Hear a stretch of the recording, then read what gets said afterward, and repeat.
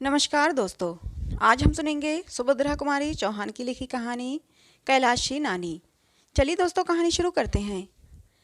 पता नहीं मेरी कैलाशी नानी अब इस संसार में भी हैं या नहीं, परंतु उनकी स्मृति इतनी ताज़ा है कि आज भी कैलाशी नानी वही अपनी मैली सी घुटने के ऊपर तक की धोती और फटी हुई मिर्जई पहने, बगल में रोटी और नमक की पोटली संभाले और हाथों में गायों को हाँकने का डंडा लिए न जाने कितनी बार आंखों के सामने घूमती हुई दिख जाती हैं। वह गवार अनपढ़ स्त्री, जिसे अक्षर का भी ज्ञान न था, सहज ही भुला देने योग्य न थी। मेरी नानी न होकर भी वह मेरी नानी थी। मेरे मामा के गांव में मामा के घर से हटकर उनका छोटा सा झोंपड़ा था, लिपा पुता साफ।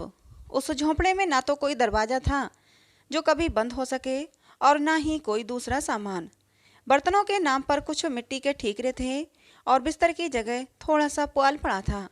यही मेरी कैलाशी नानी की गृहस्थी थी। पड़ोसी ही उनके परिवार वाले थे और गांव के बच्चे उनके परमेश्वर।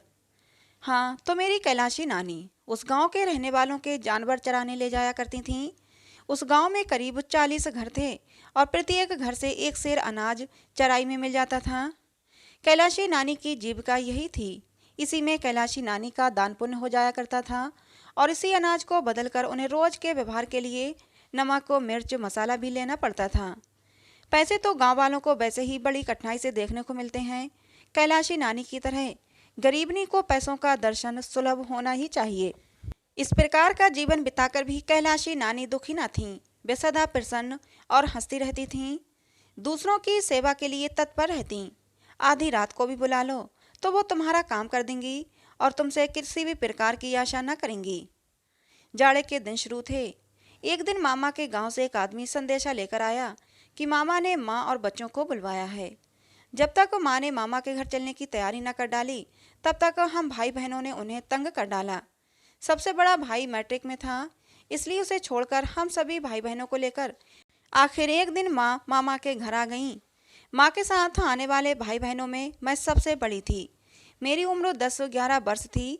हम भाई बहनों को मामा के घर में और तो कुछ अच्छा न लगता, पर मामा के घर से 100 फुट दूर एक नदी बहती थी।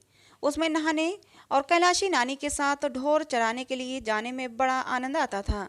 कैलाशी नानी जिस जगह ढोरों को ले जाती थीं, वहाँ दूर दूर तक, जहाँ तक दृष्टि जाती, सब हरा ही हरा दिखाई पड़ता था।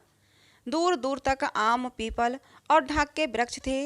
इनकी घनी छाया में दोपहर को आराम करते। गांव के छोटे बच्चे झुंड बनाकर कैलाशी नानी के नेतृत्व में चलते।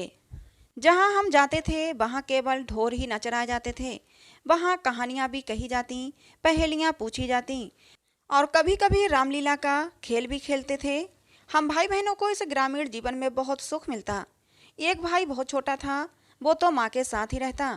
हम 3 भाई बहन प्रायः रोज कैलाशी नानी के साथ जंगल में भाग जाते। मुझे याद है, हम लोग घर के अच्छे से अच्छे भोजन को ये कहकर छोड़ देते कि अच्छा नहीं बना, और सच ही वह अच्छा न लगता था। कैलाशी नानी की जंगल में सूखी रोटियां नमक या कभी चटनी के साथ खाने में जितना स्वाद आता था, उतना स्वाद कभी किसी भोजन में नहीं आया। रोटियां भी गेहूं की नहीं, न जाने कितने अनाजों को मिलाकर बनाई जाती थीं। कैलाशी नानी को हर घर से एक ही जैसा तो अनाज मिलता न था। कहीं गेहूं, कहीं जौ, कहीं ज्वार, कहीं मक्का, उड़द, मूंग, अरहर, तो सब मिलाकर इकट्ठा कर लेती और रोज आवश्यकता अनुसार किसी की चक्की से पीस लाती और दूसरे दिन के लिए रोटियां सेक कर रखती। यही उनका प्रतिदिन का आहार था। यही रोटियां वह सबको खिलाती थीं और हम लोग बड़े स्वाद से खाते थे। कभी कभी गांव के दूसरे बच्चे नदी में धोती फैलाकर मछली भूनते। उस दिन कैलाशी नानी रोटी भी न खाती, सत्तू खाकर ही रह जाती। इसी प्रकार एक दिन हम लोग कैलाशी नानी के साथ हार पर गए थे। उस दिन कैलाशी नानी ने राजा रानी की कहानी सुनाई थी। राजा की एक राजकुमारी थी, बड़ी सुंदर, बड़ी नेक। किंतु एक दिन जब वह नदी पर नहा रही थी, तब परियों के देश के राजा का राजकुमार आया और राजकुमारी को घोड़े पर बैठाकर ले भागा। कहानी सुनने के बाद कलेवा से पहले हम लोग बड़ी देर तक नहाते थे और तैरते थे। पानी बहुत तो गहरा न था, पर बड़ा साफ था। नदी में नहाने का प्रलोभन ही हमें रोज यहाँ घसीट लाता था। हाँ, तो उस दिन नहाते नहाते मुझे यही डर लग रहा था कि कहीं परियों के देश का राजकुमार ना आ जाए। वहाँ राजकुमार तो ना आया, परंतु जब नहा धोकर लौटी तो देखा कि कैलाशी नानी के पास कोई बैठा है। कपड़े जरा साफ सुथरे थे। मैं डरी कि कहीं यही तो वो राजकुमार नहीं। फिर घबराकर दूर तक नजर दौड़ाकर देखा, कहीं भी कोई घोड़ा ना दिखा। मैं बेफिक्र हो गई कि राजकुमार नहीं है, वो होता तो घोड़ा जरूर होता। बाद में कैलाशी नानी से मालूम हुआ कि वह गांव का जमींदार है और कैलाशी नानी को हर महीने ढोर चरवाई में 5 सेर अनाज देता है। वह वहीं हम लोगों के पास ही पीपल के पेड़ की जड़ पर बैठ गया और हम सब भाई बहनों के बारे में कैलाशी नानी से बातचीत करने लगा।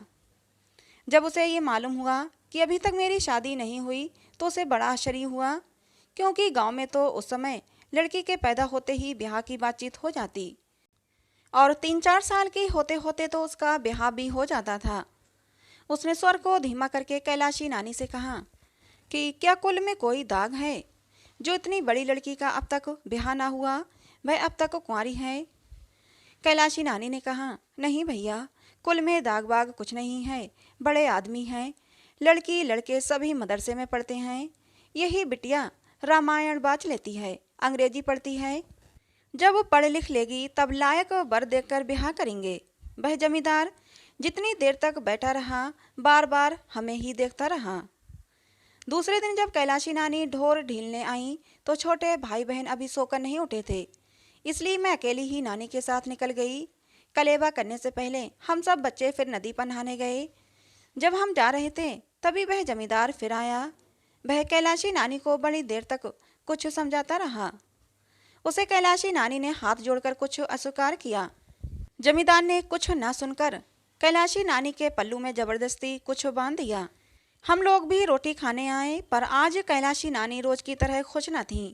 उनके चेहरे पर एक तरह की उदासी थी जो छिपाए न छिपती थी। उन्होंने हमें खिलाया पिलाया और फिर कहानी सुनाने बैठीं, किंतु कहानी में उनका मन नहीं लगा।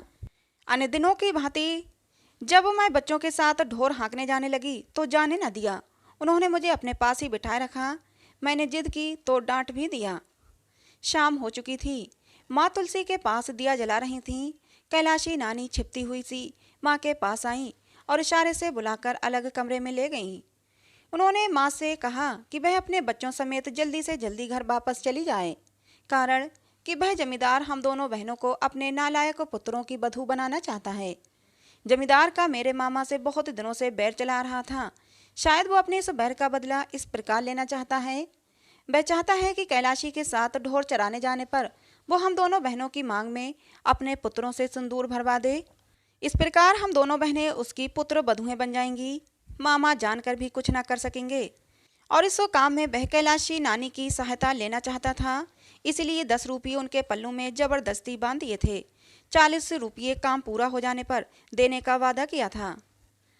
कैलाशी नानी ने शपथ लेते हुए वह 10 रुपये कमर से निकालकर माँ को दिखाए और फिर बोली, बिटिया झूठ नहीं कहती, मेरे पास तो 10 पैसे भी नहीं, फिर ये 10 कलदार कहाँ से आए?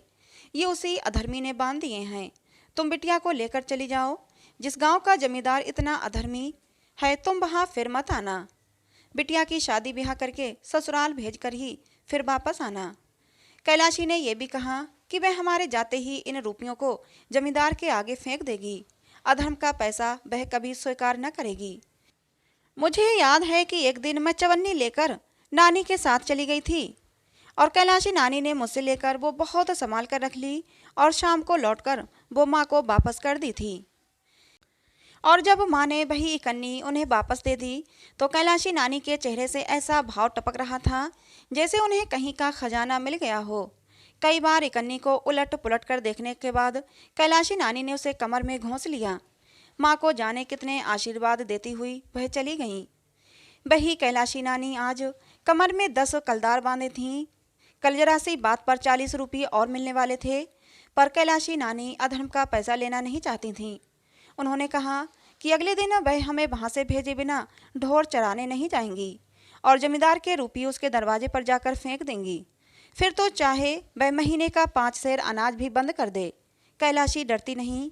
वह कहीं भी जाकर ढोर चराकर पेट पाल लेगी। माँ को कैलाशी नानी की बात पर विश्वास नहीं आ रहा था।